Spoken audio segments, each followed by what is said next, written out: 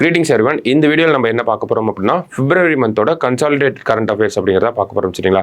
So நம்ம current அஃபேர்ஸில் சிலபஸ்க்கு ஏற்ற மாதிரி latest diary of events, geography, economics, science and technology இல்லை இந்த மாதிரியான ஹெட்டிங் கீழே இந்த மாதம் என்ன மாதிரியான கரண்ட் அஃபேர்ஸ் வந்துச்சோ அது எல்லாமே கம்பைல் பண்ணி நம்ம வச்சிருக்கோம் சரிங்களா.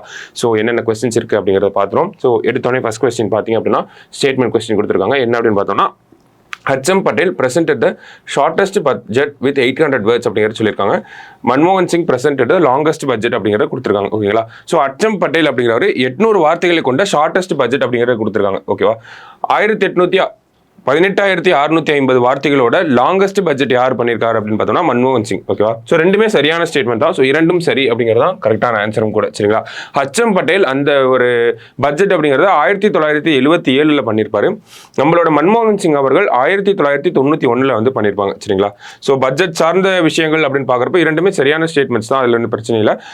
பட்ஜெட் சார்ந்த ஸ்டேட்மெண்ட்ஸ் அப்படின்னு பார்க்குறப்ப நமக்கு அதிகப்படியான பட்ஜெட்டை தாக்கல் பண்ணது யாருன்னா மொரார்ஜி தேசாய் அவர்கள் 10 தடவை பட்ஜெட் தாக்கல் பண்ணியிருப்பாரு. தொடர்ச்சியாக கன்சிக்யூட்டிவ் டைம்ஸாக அதிகமாக பண்ணது, தொடர்ச்சியாக அதிக பட்ஜெட் தாக்கல் பண்ணது யாருன்னா நம்ம நிர்மலா சீதாராமன் அவர்கள் தொடர்ந்து 6 முறை பண்ணியிருக்காங்க சரிங்களா. அடுத்தது பின்வரும் கூற்றுகளை கவனியுங்கள். 75 வயதை அடையும் முன் புற்றுநோய் ஆபத்து அதிகமாக இருக்கும் கண்டங்களில் ஓசானியா கண்டம் முதலிடத்தில் உள்ளது. இந்த ஆஸ்திரேலியா பக்கத்தில் இருக்கக்கூடிய அந்த ரீஜனை தான் வந்து நம்ம ஓசானியா அப்படிங்கிறது சொல்றோம் ஓகேவா. கருப்பை வாய் புற்றுநோய் பாதிப்பை ஒழிக்க உலகளாவிய திட்டம் உலக சுகாதார மையத்தால் 2020 உருவாக்கப்பட்டது. ஸோ WHO இந்த ஒரு பிளான் வந்து பண்ணியிருப்பாங்க சரிங்களா. ஸோ ரெண்டுமே சரியான ஸ்டேட்மெண்ட் தான் நமக்கு ஓகே. அடுத்தது இந்திய விமானப்படையின் போர் பயிற்சி பெயர் என்ன? இந்தியாவோட விமானப்படை மட்டுமே பிரத்யேகமாக கலந்து கொள்ளக்கூடிய அந்த போர் பயிற்சி பேர் வந்து வாயு சக்தி அப்படிங்கிறத சொல்றோம் சரிங்களா.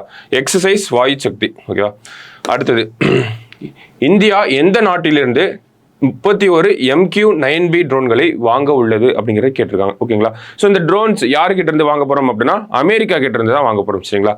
அடுத்தது 2024 மக்களவை தேர்தல் என்பது இந்தியாவின் எத்தனையாவது மக்களவை தேர்தல் அப்படிங்கிற கேட்டிருக்காங்க. 18வது மக்களவை தேர்தலாக இருக்கு. கரண்ட்ல இருக்கக்கூடிய 17வது லோக்சபா முடிய போகுது. அடுத்தது 18th லோக்சபா அப்படிங்கிறது ஆரம்பிக்க போகுது சரிங்களா. அடுத்தது வழிபாட்டு தல சட்டம் பிளேஸ் ஆஃப் வர்ஷிப் ஆக்ட் 1991 வந்திருக்கும் ஓகேங்களா. ஆகஸ்ட் 15, 1947 அப்போ இந்தியாவில் இந்த வழிபாட்டு தலங்களோட ஸ்டேட்டஸ் எப்படி இருந்துச்சோ அது அப்படியே தான் இந்தியாங்கிற வரலாறு இருக்க வரைக்கும் இருக்கணும். அதில் எந்த ஒரு மாற்றமும் கொண்டு வரக்கூடாது. உதாரணத்துக்கு எக்ஸ் அப்படிங்கிற ஒரு பிளேஸ்ல ஒரு மதத்தை சார்ந்த கோயில் அப்படிங்கிறது இருக்கு ஓகேங்களா. ஸோ அது ஆகஸ்ட் 15, 1947 அப்போ ஒரு குறிப்பிட்ட மதத்தை சார்ந்த ஒரு கோயிலா இருந்துச்சுன்னா அதனுடைய ஸ்டேட்டஸ் அப்படிங்கிறத நம்ம மாற்றவே கூடாது அப்படிங்கிறது தான் இந்த சட்டம் வலியுறுத்துது சரிங்களா. வழிபாட்டு தல சட்டம் பிளேசஸ் ஆஃப் வர்ஷிப் ஆக்ட் 1991. அடுத்தது இந்திய கடற்படையில் இணைக்கப்பட்ட புதிய ஆய்வு கப்பலின் பெயர் என்ன அப்படிங்கிற கேட்டிருக்காங்க. INS சந்தாயக் அப்படிங்கிறத சொல்றோம் சரிங்களா. டைரக்ட் கொஸ்டின் தான் INS சந்தாயக் ஓகேவா.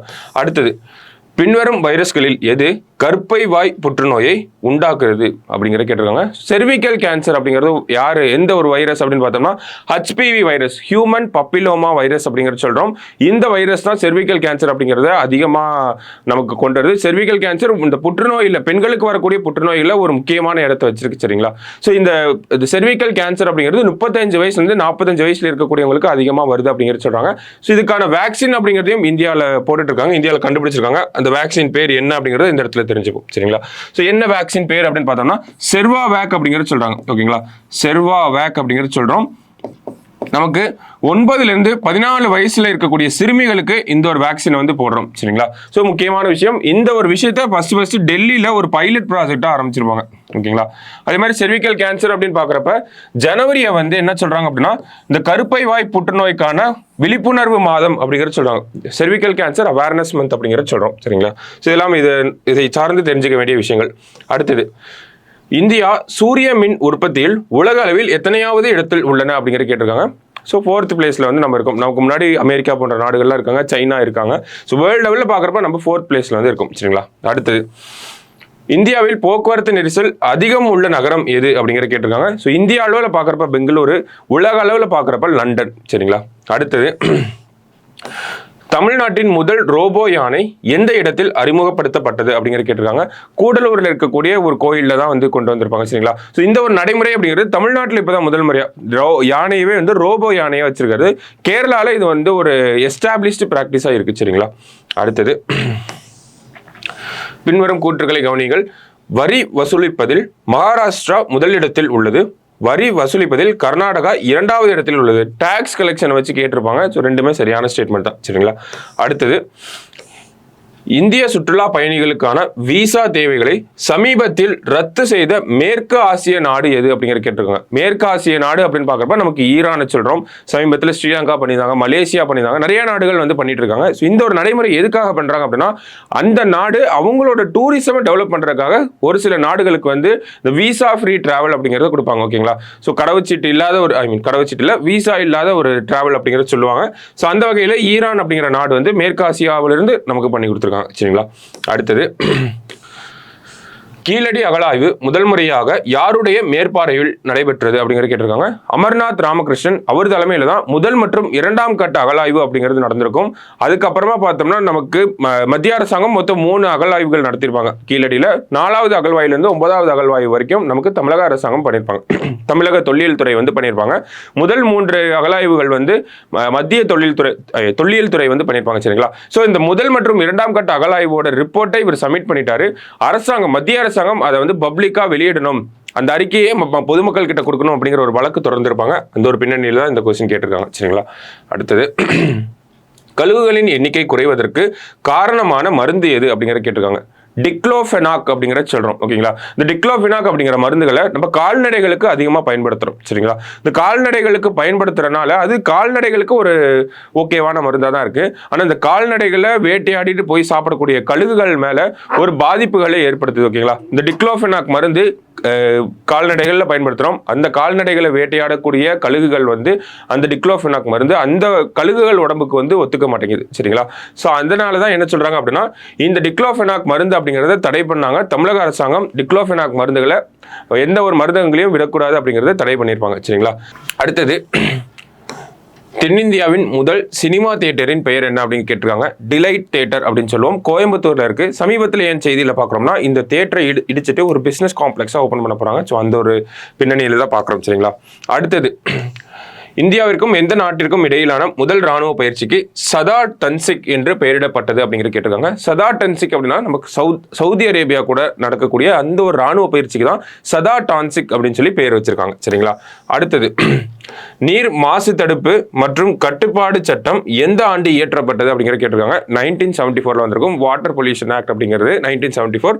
ஸோ அதை பற்றி ஒரு எடிட்டோரியல் ஆர்டிகல் வந்திருக்கும். அந்த ஒரு பின்னணியில் நம்ம எடுத்துக்கோம். சரிங்களா? அடுத்தது, பின்வருவனவற்றில் எது வின்ஸ் அமைப்பினை உருவாக்கியுள்ளது அப்படிங்கிற கேட்டிருக்காங்க. ஓகேங்களா? ஸோ இந்த இடத்துல வின்ஸ் அப்படிங்கிறது வரணும். வின்ஸ் அமைப்பு அப்படிங்கிறது சொல்றாங்க. ஸோ இந்த வின்ஸ் அமைப்பை யார் உருவாக்கியிருப்பாங்க அப்படின்னு பார்த்தோம்னா நமக்கு விவசாய அமைச்சகம் தான் பண்ணியிருப்பாங்க. ஓகேங்களா? வின்ஸ் அப்படிங்கிற அமைப்பை வந்து யார் உருவாக்கியிருக்காங்கன்னா விவசாய அமைச்சகம் உருவாக்கியிருக்காங்க. எதுக்காக உருவாக்கியிருக்காங்க அப்படின்னு பார்த்தோம்னா, நமக்கு இந்த வெதர் டேட்டா இருக்கு இல்லையா? ஸோ இந்த வெதர் டேட்டா அப்படிங்கிறத நமக்கு யார் பண்றாங்க? நமக்கு இந்தியா வானிலை துறை, விண்வெளி மெட்ரோலஜிக்கல் டிபார்ட்மெண்ட் அவங்க தான் பண்றாங்க இல்லையா? இந்தியாவோட அந்த வெதர் கலெக்ஷன் அது எல்லாமே. ஆனால் லோக்கலைஸ்டு டேட்டா, ஓகேங்களா, நம்ம ஒரு டிஸ்ட்ரிக்ட், அது டிஸ்ட்ரிக்ட்குள்ள ஒரு லோக்கல் டேட்டா, இந்த மாதிரி லோக்கலைஸ்டு டேட்டாவை கலெக்ட் பண்ணும் அப்படிங்கிறதுக்காக தான் இந்த வின்ஸ் அப்படிங்கிற இந்த சிஸ்டத்தை வேளாண் அமைச்சகம் வந்து பண்றாங்க. ஏன்னா இது விவசாயத்தோட ரொம்ப ரிலேட் ஆனதான் வெதர் அப்படிங்கிறது. ஸோ அதுக்காக லோக்கல் டேட்டா தேவைப்படுது. லோக்கல் டேட்டா இருந்துச்சுன்னா அது விவசாயிகளுக்கு ஒரு உதவிகரமா இருக்கும், அவங்களோட அந்த ஃபைண்டிங்ஸ் எல்லாமே. ஸோ அந்த ஒரு காரணத்துக்காக வின்ஸ் அப்படிங்கிற அந்த ஒரு system, weather information and detection அப்படிங்கிற மாதிரி சொல்றாங்க. ஸோ அந்த ஒரு விஷயத்தை யார் பண்ணியிருக்காங்கன்னா வேளாண் அமைச்சகம் வந்து பண்ணியிருக்காங்க. சரிங்களா? ஸோ அடுத்தது, குடியரசுத் தலைவர் மாளிகையில் பாதுகாப்பு படையில் ராணுவத்தின் எந்த படைப்பிரிவினர் உள்ளனர் அப்படிங்கிற கேட்டிருக்காங்க. ஸோ இதுக்கு முன்னாடி யார் இருந்திருப்பாங்கன்னா 6வது சீக்கிய படைப்பிரிவு இருந்திருப்பாங்க. அது வந்து ரொட்டேஷன் பேசிஸ்ல மாறிட்டே இருக்கும். இப்போ 5வது கூர்கா ரைஃபிள்ஸ் அவங்க வந்து வந்திருக்காங்க. சரிங்களா? அடுத்தது, எந்த மாநிலத்தில் முதல் முறையாக ஆளுநர் அரசின் உரையை புறக்கணித்தார் அப்படிங்கிற கேட்டிருக்காங்க. தமிழகத்தில் நடந்த சம்பவம் தான். தமிழ்நாட்டு ஆளுநர் தான் அந்த உரையை படிக்காம புறக்கணிச்சிருப்பார். சரிங்களா? உரையில இருக்கக்கூடிய ஒரு விஷயம் ஒன்றா இருக்கும், அவர் சொன்ன விஷயங்கள் ஒன்றா இருக்கும். இந்த ஆளுநர் உரை அப்படிங்கிறது தமிழக அரசாங்கம் கொடுக்கக்கூடிய அந்த உரையை ஆளுநர் படிக்கணும், அதுதான் அவரோட பணிகள். ஆனால் அந்த பணிகளை தவறிட்டாரு. ஸோ அந்த ஒரு விஷயத்தை தான் சொல்லியிருக்காங்க. சரிங்களா? தமிழ்நாடு ஆளுநர் வந்து சொல்லியிருப்பாரு. அடுத்தது, சர்வதேச பருப்பு மாநாடு எங்கு நடைபெறுகிறது அப்படிங்கிற கேட்டிருக்காங்க. இன்டர்நேஷனல் பல்சஸ் கான்ஃபரன்ஸ் நியூ டெல்லியில் தான் நடந்திருக்கும். சரிங்களா. அடுத்தது, தமிழ்நாட்டில் 95% ரோஜா பூக்கள் சாகுபடி எங்கு செய்யப்படுகிறது அப்படின்னா நமக்கு ஒசூர்ல தான் பண்றாங்க. சரிங்களா. ஸோ அடுத்தது, பின்வரும் வாயுக்களில் எது கண்ணீர் புகை குண்டில் பயன்படுத்தப்படுகிறது? Cl2. ஓகேங்களா. குளோரின் தான் அதில் வந்து பயன்படுத்துறாங்க. ஸோ சமீபத்தில் இந்த விவசாய போராட்டத்தில் இந்த கண்ணீர் புகை குண்டுகளை பயன்படுத்தியிருப்பாங்க. ட்ரோன்கள் மூலயமா கண்ணீர் புகை குண்டுகளை பயன்படுத்தியிருப்பாங்க. ஸோ அது ரெண்டையும் நம்ம இந்த இடத்துல பார்க்கணும். சரிங்களா. அடுத்தது, இந்திய கடற்படை எந்த ஆண்டை கடற்படை சிவிலியன்ஸ் ஆண்டாக அறிவித்துள்ளது? நேவல் சிவிலியன்ஸ் அப்படிங்கிறது சொல்றாங்க. ஸோ அது எந்த ஆண்டு அப்படின்னு பார்த்தோம்னா 2024 தான் சொல்லியிருக்காங்க. சரிங்களா. அடுத்தது, மிக அதிகமான மரண தண்டனையை நிறைவேற்றும் நாடு எது அப்படின்னு கேட்டிருக்காங்க. எந்த நாடு அப்படின்னு பார்த்தோம்னா ஈரான்ல தான் அதிகப்படியான மரண தண்டனை அப்படிங்கிறது உலகத்திலேயே வந்து அரங்கேறிட்டு இருக்கு. சரிங்களா. ஸோ அடுத்தது, தமிழ்நாட்டின் முதல் மினி டைடல் பூங்கா எந்த மாவட்டத்தில் திறக்கப்பட்டுள்ளது? விழுப்புரம்ல வந்து திறந்திருக்காங்க. மினி டைடல் பூங்கா, mini Tidel park, TIDCO plus ELCOT. ஓகேவா. ஸோ டிட்கோ பிளஸ் எல்காட் அப்படிங்கிறத நம்ம டைடல் அப்படிங்கிறத சொல்றோம். ஓகேங்களா. டிட்கோ பிளஸ் எல்காட் அப்படிங்கிறது electronics corporation of Tamil Nadu. TIDCO அப்படிங்கிறது தமிழ்நாடு இண்டஸ்ட்ரியல் டெவலப்மெண்ட் கார்பரேஷன். இந்த டைடல் அப்படிங்கிறது இதுதான் ஃபுல் ஃபார்ம். சரிங்களா. ஸோ இந்த முதல் டைடல் பார்க் அப்படிங்கிறது 2000 ஆண்டுல சென்னையில் வந்திருக்கும். அதுக்கப்புறமா தொடர்ச்சியாக இந்த டைடல் பார்க்குகள், மினி டைடல் பார்க்குகள்லாம் உருவாக்கிட்டு இருக்காங்க. ஸோ அந்த வகையில் விழுப்புரம்ல மினி டைடல் பார்க் அப்படிங்கிறது ஃபர்ஸ்ட் டைமா வந்திருக்கு. சரிங்களா. அடுத்தது, எந்த செயற்கை நிறமூட்டும் பொருள் உள்ளதால் தமிழ்நாடு பஞ்சு மிட்டாய்க்கு தடை விதித்துள்ளது அப்படிங்கிற கேட்டிருக்காங்க. ரோடமைன் பி அப்படிங்கிற ஒரு சப்ஸ்டன்ஸ், இதை வந்து சாயப்பட்டறைகளில் வந்து பயன்படுத்துவாங்க. கலரிங் ஏஜென்ட்டா, இந்த டெக்ஸ்டைல் இண்டஸ்ட்ரியில கலரிங் ஏஜென்ட்டா இருக்கக்கூடிய ஒரு சப்ஸ்டன்ஸ் தான் அது. அதை பஞ்சு மிட்டாய்களில் போடுறாங்க அப்படிங்கிற காரணத்தினால தமிழக அரசாங்கம் இந்த பஞ்சு மிட்டாய்களுக்கு தமிழகம் முழுவதும் ஒரு தடை விதிச்சிருக்காங்க. சரிங்களா. அடுத்தது, வளரிளம் பருவ சிறுமிகள் கர்ப்பத்தில் எந்த மாவட்டம் முதலிடத்தில் உள்ளது? தருமபுரி மாவட்டம் தான் ஃபர்ஸ்ட்ல இருக்காங்க. இது ஒரு RTI போட்டு ஒரு NGO அமைப்பு வந்து இந்த தகவலை வந்து வெளியிட்டிருப்பாங்க. வளரிளம் பருவ பெண்கள் வந்து அதிகமாக கர்ப்பிணி பெண்களாக இருக்காங்க. இதுக்கான காரணம் என்னன்னா லாக்டவுன் அப்படிங்கிறத ஒரு பிரதான காரணமாக சொல்றாங்க. லாக்டவுன்ல அதிகப்படியான இந்த 18 to 20 வயசுல இருக்கக்கூடியவங்களுக்கு அதிகப்படியாக திருமணம் அப்படிங்கிறது நடந்துச்சு. ஸோ அந்த ஒரு டேட்டாவை தான் இங்க இடத்துல கொடுத்துருக்காங்க. தருமபுரி முதலிடத்துல இருக்காங்க. ஓகேங்களா. முனிச் பாதுகாப்பு மாநாடு எங்கு நடைபெறுகிறது? இந்த முனிச் அப்படிங்கிற நகரம் ஜெர்மனியில இருக்கு. ஓகேங்களா. 2ஆம் உலகப் போர் வரதுக்கு ஒரு முக்கியமான ஒரு காரணமா இருந்துச்சு. போலாண்டோட முனிச் அப்படிங்கிற பகுதி இருந்திருக்கும். அந்த முனிச் அப்படிங்கிற பகுதி எங்களுக்கு வேணும், ஜெர்மனிக்கு வேணும் அப்படின்னு சொல்லி ஹிட்லர் அவர்கள் வந்து கேட்டிருப்பாங்க. ஸோ போலாண்டு தரமாட்டேன் அப்படின்னு சொல்லி மறுத்திருப்பாங்க. அதே ஒரு காரணமா வச்சுதான் 2ஆம் உலக போர் வந்து ஸ்டார்ட் ஆயிருக்கும். சரிங்களா. போலாண்டை போய் ஹிட்லர் அட்டாக் பண்றாரு. போலாண்டுக்கு சப்போர்ட்டா பிரான்ஸும் இங்கிலாண்டும் உள்ள வராங்க. ஸோ அப்படியே விரிவடையுது அந்த போர் அப்படிங்கிறது. சரிங்களா. இந்த முனிச் அப்படிங்கிற நகரம் நமக்கு இப்ப ஜெர்மனியில இருக்கு. 1965 இருந்து முனிச் பாதுகாப்பு மாநாடு அப்படிங்கிறது நடந்துட்டே இருக்கு. உலகத்துல இன்னொரு வார் அப்படிங்கிறது வரக்கூடாது, இன்னொரு போர் அப்படிங்கிறது வரக்கூடாது அப்படிங்கிற ஒரு காரணத்துக்காக தொடர்ச்சியாக நடத்திட்டு இருக்காங்க. சரிங்களா. அடுத்தது, பீகாரை தொடர்ந்து எந்த மாநிலத்தில் ஜாதிவாரி கணக்கெடுப்பு நடைபெற உள்ளது? ஸோ இந்த ஆப்ஷன் படி பார்த்தோம்னா நமக்கு ஜார்க்கண்ட். சரிங்களா. ரொம்ப சமீபத்தில் சொல்லியிருப்பாங்க ஜார்க்கண்ட்ல நடத்த போறோம் அப்படின்னு சொல்லி. அது மட்டும் இல்லாம ராஜஸ்தான்லயும் நடக்க போகுது. அது மட்டும் இல்லாம ஆந்திர பிரதேஷ்லயும் நடக்க போகுது. ஸோ ஆந்திர பிரதேஷ், ராஜஸ்தான், ஜார்க்கண்ட். ஓகேங்களா. ஸோ ராஜ் ஞாபகம் வச்சுக்கலாம். ராஜஸ்தான், ஆந்திர பிரதேஷ், ஜார்க்கண்ட் 3 பேரும் நடத்த போறாங்க. அடுத்தது, வாயு சக்தி இப்பதான் பார்த்தோம். இந்திய விமானப்படையோட ஒரு பயிற்சி அப்படிங்கிறது எங்க நடைபெற்றிருக்கு அப்படின்னு கேட்டிருக்காங்க. எங்கன்னா பொதுவாகவே இந்தியாவோட ராணுவ பயிற்சிகள் எல்லாமே பொக்ரான்ல தான் நடக்கும். ஓகேங்களா. ஒன்னு ராஜஸ்தான்ல இருக்கக்கூடிய பொக்ரான், இல்லாட்டி உத்தரகாண்ட்ல இருக்கக்கூடிய ஒரு பகுதியில் நடக்கும். சரிங்களா. ஸோ இந்த இடத்துல பொக்ரான். ஓகேவா. அடுத்தது, தமிழகத்தில் விண்வெளி தொழில் உந்து சக்தி பூங்கா எந்த மாவட்டத்தில் அமைய உள்ளது? எங்கன்னா தூத்துக்குடியில். ஏன்னா குலசேகரப்பட்டினம் அப்படிங்கிற ஒரு ராக்கெட் ஏவுதளம் வரப்போகுது. ஸோ அதை சுற்றி இந்த ஒரு விண்வெளி சார்ந்த பொருட்களை தயாரிக்கிறதுக்காக தூத்துக்குடியில் அமைக்க போறாங்க. சரிங்களா. அடுத்தது, ஹவுதி கிளர்ச்சியாளர்களிடம் இருந்து செங்கடல் கப்பல் போக்குவரத்தை பாதுகாக்க எந்த அமைப்பு கடற்படை மிஷனை தொடங்கியுள்ளது? ஒரு நேவல் மிஷன் அப்படிங்கிறத ஐரோப்பிய ஒன்றியம் வந்து தொடங்கியிருக்காங்க. யூரோப்பியன் யூனியன் சொல்றோம். அதனுடைய பேர் என்ன அப்படின்னு பார்த்தோம்னா ஏஸ்பைடஸ் அப்படிங்கிறத சொல்றாங்க. ஓகேங்களா. ஏஸ்பைடஸ் மிஷன் அப்படிங்கிறத சொல்றோம். ஏஸ்பைடஸ் மிஷன் யார் தொடங்கியிருக்காங்க அப்படின்னா ஐரோப்பிய ஒன்றியம். இதே இன்னொன்னும் பண்றாங்க. யார் அப்படின்னு பார்த்தோம்னா அமெரிக்கா தலைமையில. ஓகேங்களா. அமெரிக்கா தலைமையில ஒரு ஆபரேஷன் போயிட்டு இருக்கு. அந்த ஆபரேஷன் பேர் என்னன்னா ஆபரேஷன் ப்ராஸ்பெரிட்டி கார்டியன் அப்படிங்கிறத சொல்றாங்க. ஓகேங்களா. ப்ராஸ்பெரிட்டி கார்டியன் அப்படிங்கிறத சொல்றாங்க. ஸோ இது வந்து அமெரிக்கா தலைமையில இருக்கக்கூடிய ஒரு ஆபரேஷன். 10 நாடுகள் இதுல உறுப்பினர்களா இருக்காங்க. இந்த மிஷனை செய்கிறாங்க. இது ஐரோப்பிய ஒன்றியத்தில் இருக்கக்கூடிய நாடுகள்லாம் சேர்ந்து ஏஸ்பைடஸ் மிஷன். ஏஸ்பைடஸ் அப்படிங்கிற வார்த்தை கிரீக் வார்த்தையாக இருக்குது நமக்கு, ஓகேவா? கிரீக் வார்த்தை. இதோடைய மீனிங் என்ன அப்படின்னா ஷீல்டு, தடுப்பு அப்படிங்கிறத சொல்கிறாங்க, ஓகேங்களா? செங்கடலில் ஹவுதி கிளர்ச்சியாளர்கள் தொடர்ச்சியாக அட்டாக் பண்ணிட்டு இருக்காங்க, அது தடுக்கணும், ஷீல்டு பண்ணணும். அப்போது அதுக்கான வார்த்தை ஏஸ்பைடஸ். ஏஸ்பைடஸ் அப்படிங்கிற வார்த்தையில் ஐரோப்பிய ஒன்றியம் ஒரு விஷயத்தை பண்ணுறாங்க, சரிங்களா? ஸோ அதுதான் பார்த்துருக்கோம். அடுத்த கேள்வி, 71வது உலக அழகி போட்டி எங்கு நடைபெற உள்ளது? மும்பையில் நடக்க போகுது. இந்தியாவில் ரொம்ப வருஷம் கழிச்சு நடக்க போகுது, சரிங்களா? இது 25 வருஷங்கள் கழிச்சு நடக்க போகுது, ஓகேவா? அடுத்தது 77வது பாஃப்டா விருதுகள் எங்கே நடந்திருக்கும்னா லண்டனில் தான் நடந்திருக்கும், சரிங்களா? பாஃப்டான்னு பிரிட்டிஷோட அந்த ஒரு ஃபிலிம் ஃபெஸ்டிவல் மாதிரி இருக்குது, அந்த அவார்டு எல்லாம் கொடுக்குறாங்க. ஸோ லண்டனில் தான் நடந்திருக்கும். ஆப்பன்ஹைமர் படத்துக்கு தான் அதிகப்படியான விருதுகள் அப்படிங்கிறத கொடுத்துருப்பாங்க, சரிங்களா? அடுத்தது, நாட்டின் நீளமான ரயில்வே சுரங்கப்பாதை எங்கு திறக்கப்பட்டுள்ளது? ஜம்மு காஷ்மீரில் வந்து திறந்திருப்பாங்க. பிரதமர் மோடி அவர்கள் தான் வந்து இதை திறந்து வச்சிருப்பார், ஓகேங்களா? அடுத்தது, தேர்தல் அதிகாரியை நேரில் ஆஜர்படுத்தி வாக்குச்சீட்டுகளை ஆய்வு செய்து தேர்தல் முடிவை மாற்றியமைத்த உச்சநீதிமன்ற தீர்ப்பு எது? சண்டிகரில் நடந்த அந்த மேயர் எலெக்ஷன் அப்படிங்கிறது பரவலாக பேசப்பட்டுச்சு. நிறையா ஒரு மால் பிராக்டிசஸ் அப்படிங்கிறது நடந்திருக்கும். அந்த தேர்தல் அதிகாரி சில தவறான விஷயங்கள் பண்ணியிருப்பாரு, அந்த ஒரு வழக்கு தான் இந்த மாதிரி பண்ணியிருப்பாங்க, சரிங்களா? தேர்தல் அதிகாரியை கூப்பிட்டு ஒரு தேர்தல் முடிவை மாற்றி அமைச்ச உச்சநீதிமன்ற தீர்ப்பு முதல் முறையாக வந்திருக்கு. அதுதான் அந்த சண்டிகர் மேயர் தேர்தல் தீர்ப்பு அப்படிங்கிறது, ஓகேவா? அடுத்தது, வாக்களித்த வாக்காளர்களை அடையாளம் காணும் மையில் உள்ள வேதிப்பொருள் என்ன அப்படிங்கிறது கேட்டிருக்காங்க. சில்வர் நைட்ரேட் அப்படிங்கிறத பயன்படுத்துறாங்க, சரிங்களா? டெல்லியில் இருக்கக்கூடிய ஒரு நிறுவனம் தான் இதை கண்டுபிடிச்சிருப்பாங்க. கர்நாடகாவில் தான் இந்த ஒரு சில்வர் நைட்ரேட் அப்படிங்கிறத கர்நாடகாவோட அந்த மைசூர் பெயிண்ட்ஸ் அண்ட் அந்த ஒரு கார்பரேஷன் இருக்காங்க, மைசூர் பெயிண்ட்ஸ் கார்பரேஷன் அப்படின்னு சொல்லிட்டு அவங்க தான் வந்து இந்த சில்வர் நைட்ரேட்டை பயன்படுத்தி இந்த வாக்காளர்களுக்கான மையை வந்து தயாரிக்கிறாங்க, சரிங்களா? ஸோ கர்நாடகாவில் தான் உற்பத்தி ஆகுது சில்வர் நைட்ரேட் தான் அந்த வேதிப்பொருள், ஓகேவா? அடுத்தது, காமராஜர் ஆட்சி காலத்தில் மதிய உணவு திட்டத்தை வடிவமைத்தவர் யார்? சுந்தர வடிவேலு அப்படின்னு சொல்லக்கூடிய அப்போதைக்கு அவருக்கு இருந்த அந்த எஜுகேஷன் அட்வைசராக இருந்திருப்பார், ஓகேவா? அடுத்தது, உலகின் நம்பர் 1 கூட்டுறவு அமைப்பு எது? இஃப்கோ அப்படின்னு சொல்றாங்க. Indian farmers and fertiliser cooperation. Indian farmers and fertiliser cooperation அப்படிங்கிறது சொல்றாங்க. இவங்க தான் இந்தியா உலகத்திலே இருக்கக்கூடிய நம்பர் 1 கூட்டுறவு அமைப்பா இருக்காங்க. இவங்களோட சமீபத்திய கண்டுபிடிப்பு என்ன அப்படின்னு பார்த்தோம்னா நானோ யூரியா, ஓகேங்களா? நானோ யூரியாவை இவங்க தான் வந்து கண்டுபிடிச்சிருப்பாங்க, சரிங்களா?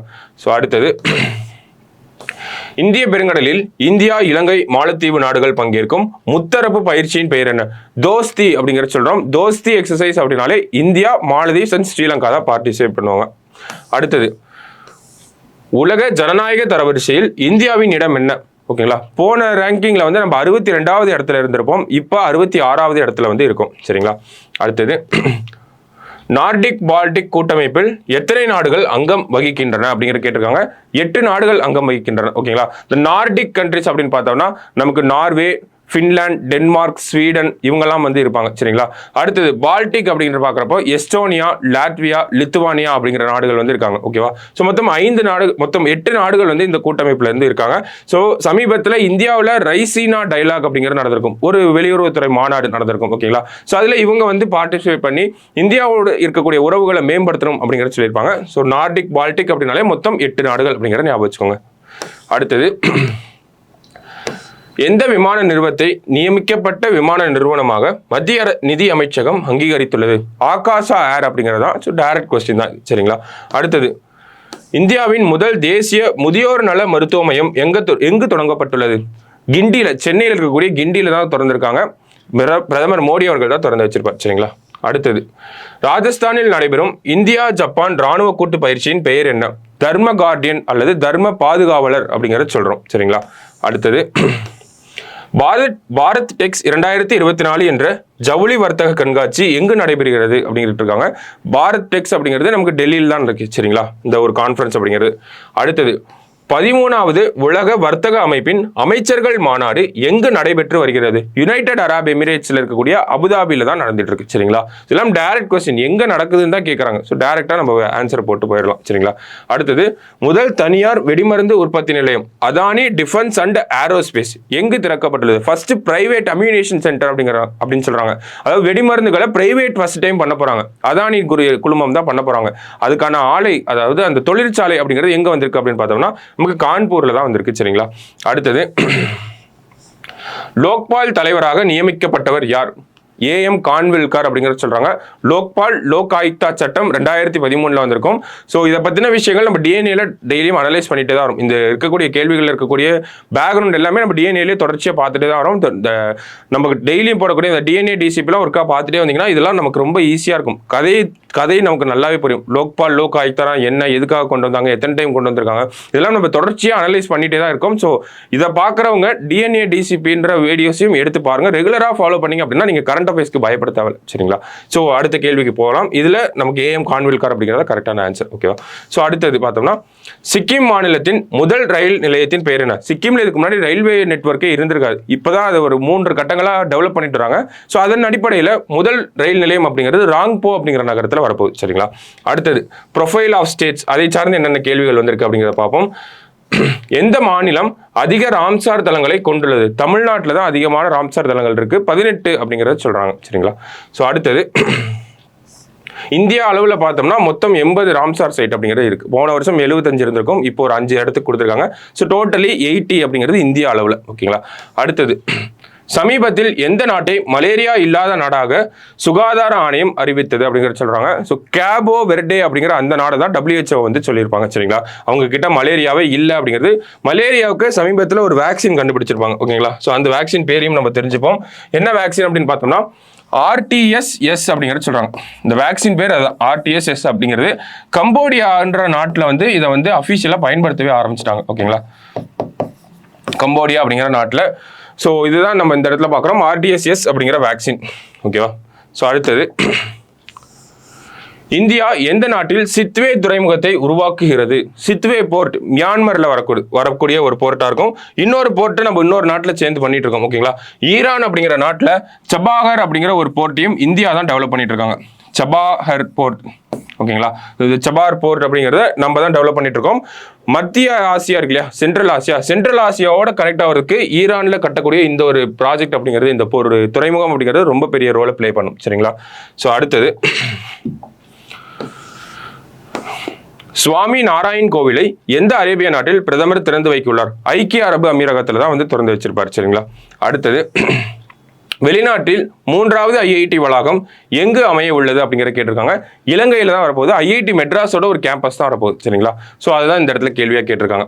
அடுத்தது UPI, வெளிநாடுகளில் UPI பரிவர்த்தனை எங்கு ஆரம்பிக்கப்பட்டுள்ளது அப்படிங்கிற கேட்டிருக்காங்க. ஸோ இலங்கையிலையும் மொரீஷியஸ்லையும் பிரான்ஸ்லையும் ஆரம்பிச்சிருப்பாங்க. சரிங்களா? ஸோ இந்த ஆப்ஷனை பொறுத்த வரைக்கும் பார்த்தோம்னா இலங்கை அப்படிங்கிறது இருக்கு. இது இல்லாமல் நமக்கு பிரான்ஸ் மற்றும் மொரீஷியஸும் வருவாங்க. சரிங்களா? அடுத்தது எந்த தெற்காசிய நாடு ஒரு பாலின திருமணத்தை, சேம் செக்ஸ் மேரேஜ், ஓகேவா, அதிகாரப்பூர்வமாக பதிவு செய்தது? நேபாளில் தான் இதை பண்ணியிருக்காங்க. சரிங்களா? அடுத்தது இந்தியாவின் ரூபே அட்டை எந்த நாட்டின் J1 அட்டையுடன் இணைக்க ஒப்பந்தம் கையெழுத்தானது அப்படிங்கிற சொல்றாங்க. இந்தியாவோட ரூபேவையும் நமக்கு இந்த ஐக்கிய அரபு அமீரகத்தோட J1 அப்படிங்கிற சொல்றாங்க. ஓகேங்களா? அந்த 2 அட்டையும் சேர்த்து அந்த டிரான்சாக்ஷன் அப்படிங்கிறலாம் பண்ணிக்கலாம் அப்படின்னு சொல்லி சமீபத்தில் பிரதமர் அங்கே போயிருப்பாரு. ஸோ அந்த இடத்துல ஒரு ஒப்பந்தம் அப்படிங்கிற கையெழுத்தாயிருக்கும். ஐக்கிய அரபு அமீரகம் கரெக்டான ஆன்சர். சரிங்களா? அடுத்தது வெளிநாட்டில் பணிபுரியும் இந்தியர்கள் தாயகத்துக்கு அனுப்பும் சேமிப்பு மொத்த அந்நிய செலவாணியம் 36%. ஓகேங்களா? ஃபாரின்ல இருந்து நம்ம வீட்டுக்கு காசு அனுப்புறாங்க இல்லையா, அதுதான் அங்கே சொல்றாங்க. அது இந்தியாவோட அந்த வெளிநாட்டு அந்த ஃபாரின் எக்ஸ்சேஞ்சில் வந்து ஒரு 36% இருக்குது அப்படிங்கிற சொல்கிறாங்க. ஓகேங்களா? அந்நிய செலவாணியில். ஸோ அது எந்த நாட்டு, அதில் எந்த நாடு அதிக பங்கு வகிக்கிறது? யூஎஸ்லேருந்து அதிகமாக அனுப்புகிறாங்களா, ஆஸ்திரேலியாவிலேருந்து அதிகமாக அனுப்புகிறாங்களா அப்படிங்கிறதா கேள்வி. ஓகேங்களா? ஸோ வெளிநாட்டிலேருந்து இந்தியாவுக்கு வீட்டுக்கு காசு அனுப்புகிறாங்க, இங்கிலீஷில் ரெமிட்டன்சஸ் அப்படிங்கிறத சொல்கிறோம். ஸோ அது எந்த நாட்டிலேருந்து அதிகமாக அனுப்புகிறாங்க அப்படின்னு பார்த்தோம்னா மிடில் ஈஸ்ட், அதுலேயும் ஐக்கிய அரபு அமீரகத்திலேருந்து தான் அதிகப்படியான காசு உள்ளே வருது. சரிங்களா? ஆஸ்திரேலியா, அமெரிக்காலாம் இருந்தாலும் UAEல தான் அதிகப்படியான இந்தியர்கள் இருக்காங்க. அங்கே ஒயிட் காலர் ஜாப்ஸ் இருக்காங்க, நார்மல் தொழிலாளர்கள், கட்டுமான பணியாளர்கள் கூட அங்கதான் வேலை செய்யறாங்க. சரிங்களா? சோ அதன் அடிப்படையில் அந்த கொஸ்டினை கேட்டிருக்காங்க. அடுத்தது குப்தேசர் காடுகளை 4வது பல்லுயிர் பாரம்பரிய தலமாக எந்த மாநிலம் அறிவித்துள்ளது அப்படிங்கிறத கேட்டிருக்காங்க. ஒடிசால தான் இதை சொல்லியிருக்காங்க. சரிங்களா? அடுத்தது இந்தியாவில் முதல் முறையாக ஹெலிகாப்டர் ஆம்புலன்ஸ் அறிமுகம் செய்த மாநிலம் எது? உத்தரகாண்ட்ல தான் அறிமுகம் செஞ்சிருப்பாங்க. அங்க இருக்கக்கூடிய அந்த ஜாகிரபிக்கல் டெரைன் அப்படிங்கிறது சம்டைம்ஸ் இன்ஆக்சசிபிளா ஆயிடுது, அதுக்காக தான் இதை பண்ணியிருக்காங்க. சரிங்களா? Helicopter ambulance. அடுத்தது காஜி நீமு எலுமிச்சை மாநில பழமாக எந்த மாநிலம் அறிவித்துள்ளது? காஜி நீமுனாலே நமக்கு அஸ்ஸாம் தான் ஞாபகத்துக்கு வரணும். ஸோ அவங்க தான் மாநில பழமாக அறிவிச்சிருக்காங்க. சரிங்களா? அடுத்தது 18வது லோக்சபா தேர்தலுடன் பின்வரும் மாநிலங்களில் எந்தெந்த மாநிலங்களில் சட்டப்பேரவை தேர்தல் நடக்கும் அப்படிங்கிறது கேட்டிருக்காங்க. ஆந்திர பிரதேஷ், ஒடிசா, சிக்கிம், அருணாச்சல் பிரதேஷ். அதான் கரெக்ட் ஆன்சர். ஓகேங்களா, இங்கே ஆந்திர பிரதேஷ் மட்டும் இருக்கு. ஆந்திர பிரதேசம், அருணாச்சல பிரதேசம், சிக்கிம் மற்றும் ஒடிசா அந்த 4 ஸ்டேட்டுக்கும் லோக்சபாவோடு சேர்ந்து தான் அங்கே அந்த சட்டப்பேரவை தேர்தல் அப்படிங்கிறது நடக்கும். சரிங்களா, தொடர்ச்சியாக அப்படிதான் நடந்துட்டு இருக்கு. ஓகேவா, அடுத்தது காலரா நோயை கையாளும் எந்த ஆப்பிரிக்க நாட்டிற்கு இந்தியா சமீபத்தில் மருத்துவ உதவியை அனுப்பியது? ஜாம்பியா அப்படிங்கிற நாட்டுக்கு தான் நம்ம மருத்துவ உதவிகள் அனுப்பி வச்சிருப்போம். சரிங்களா, அடுத்தது சூரிய சக்தி மின்திறனில் முதலிடம் வகிக்கும் மாநிலம் எது? இது கேள்வி ஆல்ரெடி நமக்கு கேட்டிருக்காங்க. குரூப் 4 குரூப் 2 எல்லாம் கேட்டிருக்காங்க. ராஜஸ்தான் தான் கரெக்டான ஆன்சர். சரிங்களா, சமீபத்திய தரவுகளின் படியும் ராஜஸ்தான் தான் சரியான ஆன்சர். ஓகேவா, அடுத்தது முஸ்லீம் திருமண சட்டத்தை ரத்து செய்த மாநிலம் எது? அஸ்ஸாம் தான் இதை பண்ணியிருக்காங்க. முஸ்லீம் பெர்சனல் லா, ஷரியத் லா அப்படிங்கிற சொல்லுவாங்க, 1935 வந்திருக்கும். ஸோ அதன் அடிப்படையில் நிறைய குழந்தை திருமணங்கள் நடக்குது அப்படிங்கிற காரணத்துக்காக அஸ்ஸாமில் இந்த ஒரு விஷயத்தை பண்ணியிருக்காங்க. சரிங்களா, அடுத்தது உலகில் மிகப்பெரிய தானிய சேமிப்பு கிடங்கு திட்டம் எந்த நாட்டில் தொடங்கப்பட்டுள்ளது அப்படிங்கிறது கேட்டிருக்காங்க. இந்தியாவில் தான் தொடங்கப்பட்டிருக்கு. ஒரு 1000 அந்த குடோன்ஸ் அப்படிங்கிறத திறக்க போகிறோம் அப்படிங்கிறத சமீபத்தில் பிரதமர் அவர்கள் சொல்லியிருப்பாங்க. 7 லட்சம் மெட்ரிக் டன் அளவுக்கு நம்ம சேமித்து வச்சுக்கலாம் அப்படிங்கிறதையும் சொல்லியிருப்பாங்க. ஸோ 1000 குடோன், இந்தியா தான் கரெக்டான ஆன்சர். சரிங்களா, அடுத்தது நீர் மேலாண்மை திட்டங்களில் முதலிடம் வகிக்கும் மாநிலம் எது அப்படின்னு பார்த்தோம்னா மகாராஷ்டிரா தான் ஃபர்ஸ்ட்ல இருக்காங்க. சரிங்களா, அடுத்தது இந்த பஞ்சேஸ்வர் பல்நோக்கு திட்டம் இந்தியாவிற்கும் எந்த நாட்டிற்கும் இடையே கையெழுத்தானது அப்படின்னு கேட்டிருக்காங்க. இந்தியாவுக்கும் நேபாளத்துக்கும் இடையே தான் இந்த ஒரு திட்டம் கையெழுத்தாயிருக்கும். மகாகாளி அப்படிங்கிற நதிகளுக்கு குறுக்கே தான் இந்த ஒரு விஷயம், இந்த ஹைட்ரோ எலக்ட்ரிக் பிளான்ட் அப்படிங்கிற கட்ட போறாங்க. இந்த மகாகாளி அப்படிங்கிற ரிவரை இந்தியாவில் சாரதா நதி அப்படிங்கிறத சொல்றோம். சரிங்களா, அடுத்தது எமினன்ட் பர்சனாலிட்டிஸ் பத்தி பார்க்க போறோம், முக்கிய நபர்கள் பத்தி. மலேசியாவின் புதிதாக பதவியேற்ற மன்னர் யார்? சுல்தான் இப்ராஹிம் அவர்கள் தான் புதிய மன்னராக பதவியேற்றிருக்கார். சரிங்களா, அடுத்தது தந்தை பெரியார். தந்தை பெரியார் வனவிலங்கு சரணாலயம் எந்த மாவட்டத்தில் அமைந்துள்ளது? தந்தை பெரியார்னாலே ஈரோடு தான். ஓகேங்களா, தமிழகத்தின் 18வது வனவிலங்கு சரணாலயமா வந்திருக்கு. சரிங்களா, அடுத்தது பாரத ரத்னா விருது பெற்ற 50வது நபர் யார்?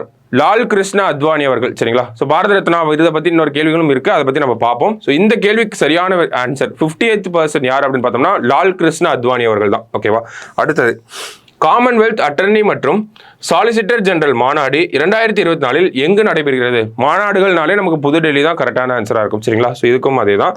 அடுத்தது பார்த்தோம்னா இந்தியாவின் எந்த இசைக்குழு கிராமி விருது பெற்றது அப்படிங்கிற கேட்டிருக்காங்க. ஸோ எந்த இசைக்குழு அப்படின்னா சக்தி அப்படிங்கிற இசைக்குழு திஸ் மொமெண்ட் அப்படிங்கிற அந்த பாட்டுக்காக வாங்கியிருப்பாங்க. ஓகேங்களா, கிராமி விருதுகளில் ஆண்டின் சிறந்த ஆல்பத்தை வென்றவர் யார்? அந்த சிறந்த ஆல்பத்துக்கான அந்த ஒரு பட்டம், அந்த ஒரு அவார்டு அப்படிங்கிறத யார் வாங்கியிருப்பாங்கன்னா டெய்லர் ஸ்விஃப்ட் வந்து வாங்கியிருப்பாங்க. ஓகேங்களா, அடுத்தது ஆஸ்திரேலியாவில் பகவத்கீதை மீது ஒரு உறுதிமொழி எடுத்த முதல் எம்பி யார்? வருண் கோஷ் அப்படிங்கிற எம்பி வந்து இந்திய வம்சாவளியை சேர்ந்தவர். பகவத்கீதை மேல உறுதிமொழி எடுத்துப்பார். இந்த ஓத் ஆர் அஃபர்மேஷன் அப்படிங்கிற சொல்றோம்ல, பதவி பிரமாணத்துக்கு அதை பண்ணியிருப்பார் அவர். சரிங்களா, வருண் கோஷ். அடுத்தது ஸ்போர்ட்ஸ் ஸ்டார் ஏசஸ் விருதுகள் 2024 எந்த மாநிலம் விளையாட்டு ஊக்குவிப்புக்கான சிறந்த மாநிலம் விருதை வென்றது? தமிழ்நாட்டுக்கு தான் இந்த ஸ்போர்ட்ஸ் என்கரேஜ் பண்றதுக்காக ஒரு அவார்டு கொடுப்பாங்க. அந்த அவார்டை வந்து தமிழ்நாட்டுக்கு தான் கொடுத்துருக்காங்க. சரிங்களா, அடுத்தது வடக்கு அயர்லாந்தின் முதல் அமைச்சராக தேர்ந்தெடுக்கப்பட்டவர் யார்? ஃபர்ஸ்ட் மினிஸ்டர் அப்படிங்கிறத சொல்லுவாங்க. ஓகேங்களா, அதுதாங்க முதல் அமைச்சருங்கிறது வந்திருக்கு. ஸோ ஃபர்ஸ்ட் மினிஸ்டரா யார் வந்திருக்காங்கன்னா மிச்சல் ஓ நீல் அப்படிங்கிறத சொல்றாங்க. இந்த அயர்லாண்டோட ஒற்றுமை, அந்த யூனிஃபிகேஷன் அப்படிங்கிறத பத்தி பேசியிருப்பாங்க. வடக்கு அயர்லாண்டுங்கிறது தனிநாடு, அயர்லாந்து அப்படிங்கிறது தனிநாடு. ஸோ அதனுடைய ஒற்றுமையை பத்தி பேசியிருப்பாங்க. அந்த ஒரு யூனிஃபிகேஷன் பண்ணணும் அப்படிங்கிறத சொல்லியிருப்பாங்க. ஓகேங்களா, அடுத்தது மெகாலயாவின் தலைமை நீதிபதியாக சமீபத்தில் பதவியேற்றவர் யார்? நீதிபதி எஸ் வைத்தியநாதன் அவர்களை தான் அங்க வந்து அப்பாயின்ட் பண்ணியிருக்காங்க. சரிங்களா, அடுத்தது பாகிஸ்தானின் புதிய பிரதமர் யார் அப்படிங்கிற கேட்டிருக்காங்க. ஸோ யார் அப்படின்னா நவாஸ் ஷெரீஃபோட தம்பியா இருக்கக்கூடிய ஷெபாஸ் ஷெரீஃப் அப்படிங்கிறவர் தான் அவர் வந்திருக்காரு. சரிங்களா, அடுத்தது தமிழ்நாட்டின் முதல் பெண் பழங்குடியின உரிமையியல் நீதிபதி யார்? ஸ்ரீபதி அப்படிங்கிறவங்க சமீபத்தில் இந்த டிஎன்பிஎஸ்சி தேர்வில் வெற்றி பெற்றிருப்பாங்க. நம்ம எல்லாருமே கேள்விப்பட்டிருப்போம். ஸ்ரீபதி அப்படிங்கிறதா கரெக்டான ஆன்சரும் கூட. சரிங்களா, அடுத்தது 58வது ஞானபீட விருது யாருக்கு வழங்கப்பட்டுள்ளது? குல்சார் மற்றும் ராம் பத்ராச்சாரியா. குல்சார் உருதுக்காக வாங்கியிருப்பாரு. ராம் பத்ராச்சாரியா வந்து சமஸ்கிருதத்தில் எழுதின அவரோட படைப்புகளுக்காக வாங்கியிருப்பாரு. ஞானபீட விருதுகள் இலக்கிய துறையில ஒரு முக்கியமான விருதுகளாக கருதப்படுது. சரிங்களா, ஸோ குல்சார் உருதுக்காகவும் ராம் பத்ராச்சாரியா சமஸ்கிருதத்துக்காகவும் வாங்கியிருக்கார். சரிங்களா, அடுத்தது இந்தோனேஷியாவின் அதிபராக யார் வரப்போகிறார்? ஆல்ரெடி ஜோகோ விதோதோ வந்து இருந்திருப்பாரு. இப்போ பிரபுவாவோ சுபியான்டோ அப்படிங்கிறவர் வரப்போறாரு. சரிங்களா, அடுத்தது தாதா சாஹிப் திரைப்பட விருதுகள் பத்தி கேட்டிருக்காங்க. சிறந்த நடிகருக்கான விருது ஷாருக் கானுக்கும், சிறந்த நடிகைக்கான விருதை வந்து நயன்தாரா அவர்களுக்கும், ஜவான் அப்படிங்கிற படத்துக்கு சிறந்த படம் அப்படிங்கிற விருதும் கொடுத்திருப்பாங்க. ஸோ அந்த படத்தில் நடிச்ச இவங்க 2 பேருக்குமே சிறந்த நடிகர் நடிகைக்கான விருது கொடுத்திருக்காங்க. ஸோ இரண்டும் சரி அப்படிங்கிறதா கரெக்டான ஆன்சர். சரிங்களா? அடுத்தது, கீழ்கண்டவர்களில் யாருக்கு செவாலியர் விருது வழங்கப்பட்டுள்ளது? சசி தரூர் அப்படின்னு சொல்லக்கூடிய ஒரு கட்சியை சேர்ந்த எம்பியா இருக்காரு, கேரளாவை சேர்ந்த எம்பியா இருக்காரு. ஸோ இவர் நிறைய படைப்புகளும் நிறைய பண்ணியிருக்காரு. சரிங்களா? இந்தியா சார்பில் ஐநா சபையில் கூட இருந்திருக்காரு. ஸோ ஒரு பெரிய ஒரு வெல் டெக்கரேட்டட் பர்சன் அப்படிங்கிறத சொல்லலாம். சசி தரூர் அவர்களுக்கு தான் வந்து இந்த செவாலியர் விருது பிரான்ஸ் நாடு வந்து கொடுத்துருக்காங்க. சரிங்களா?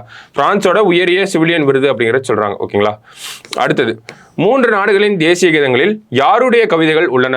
ரவீந்திரநாத் தாகூர் தான். பார்க்கவே தேவையில்ல, ரவீந்திரநாத் தாகூர் அப்படிங்கிறதா கரெக்டான ஆன்சர். இந்தியா ஸ்ரீலங்காவோட அந்த தேசிய கீதத்தில் சில இவரோட எழுத்துக்கள் எல்லாம் இருக்கும். அதே மாதிரி அமர் சோனார் பங்களா அப்படின்னு சொல்லக்கூடிய வங்காளதேசத்தோட அந்த நேஷனல் ஆந்தலுமே இருக்கும். சரிங்களா? ஓகேங்களா? தேசிய கீதத்திலையும் இருக்கும். அடுத்தது, பாகிஸ்தானின் பஞ்சாப் மாகாணத்தின் முதல் பெண் முதல்வர் யார்? அந்த நவாஸ் ஷெரீஃபோட பொண்ணா இருக்கக்கூடிய மரியம் நவாஸ் அவர்களுக்கு தான் இந்த ஒரு சிறப்பு கிடைச்சிருக்கு. சரிங்களா? அடுத்தது, தமிழகத்தில் இருந்து முதலாக இலாக்கா இல்லாத அமைச்சராக இருந்தவர் யார் அப்படின்னு கேட்டிருக்காங்க. ராஜாஜி அவர்கள் தான் இருந்திருப்பாரு. முதல்ல ராஜாஜி, அதுக்கப்புறமா வந்து நமக்கு முரசொலி மாறன் அவர்கள் இருந்திருப்பாங்க, கிருஷ்ணமாச்சாரி அவர்கள் இருந்திருப்பாங்க.